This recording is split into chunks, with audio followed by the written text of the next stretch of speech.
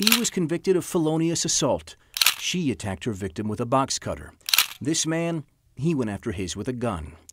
They are a handful of criminals in Wayne County that have fallen through the cracks, arrested and convicted without ever turning over their most important piece of evidence, their DNA. And we didn't quite honestly know there was a problem up front until this story came to light. In Michigan, felons are required to submit a sample of their DNA when they're arrested or once they're convicted. You're going to swap up and down, back and forth. The sample is entered into the state's Combined DNA Index System, or CODIS, and run against DNA collected from any past crimes that remain unsolved.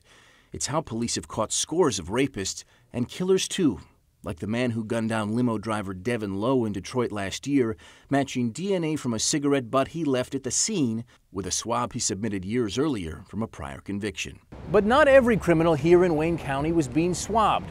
A source inside Circuit Court told us that some criminals were slipping through without ever turning a sample over to police. So we started digging. Over a 5-month period, we matched the names of jail inmates with samples in the CODIS database. What we found? Dozens of felons were being missed every month. Criminals like Daniel Jackson Douglas, charged with assault with intent to murder, his victim said he stabbed him twice in the chest, then told him to die slow. He was convicted of assault with intent to do great bodily harm, sentenced to a year in jail. But the police that arrested him and the Wayne County Sheriff never took his DNA, and he wasn't alone.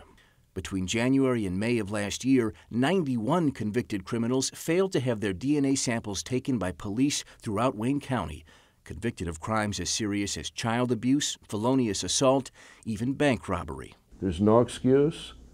I believe the sheriff needs to act. State Senator Rick Jones helped change the law that required all felons in Michigan to submit their DNA. It's shocking that somebody could be walking around as a serial killer or a repeat rapist, and somebody didn't do their job, didn't take a few seconds to take a swab, send in the DNA, and make sure that that criminal would be taken off the street. Anyone that we don't catch bothers me. Dan Fonis is the undersheriff for Wayne County. How did these guys fall through the cracks? I think there was a lot of people, whether it was my people, any other entity that's out there, may have been thinking, oh, someone else does that.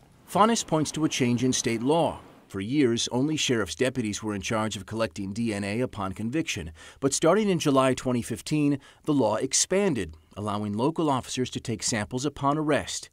Fonis says his deputies may have assumed a sample had already been taken when it really hadn't. First of all, it's 91 too many. Once he learned what we uncovered, Wayne County presiding criminal judge Timothy Kenny ordered that going forward, all of his judges collect samples from every felon convicted in their courtroom, regardless of whether they believe a sample is already on file. Tonight, the Wayne County Sheriff's Department is taking action too. They've already begun collecting DNA from the felons who we revealed slipped through the cracks. Their next step? Figuring out who else did too. My fear is that anyone has the potential for being involved in some crime that could be solved through DNA.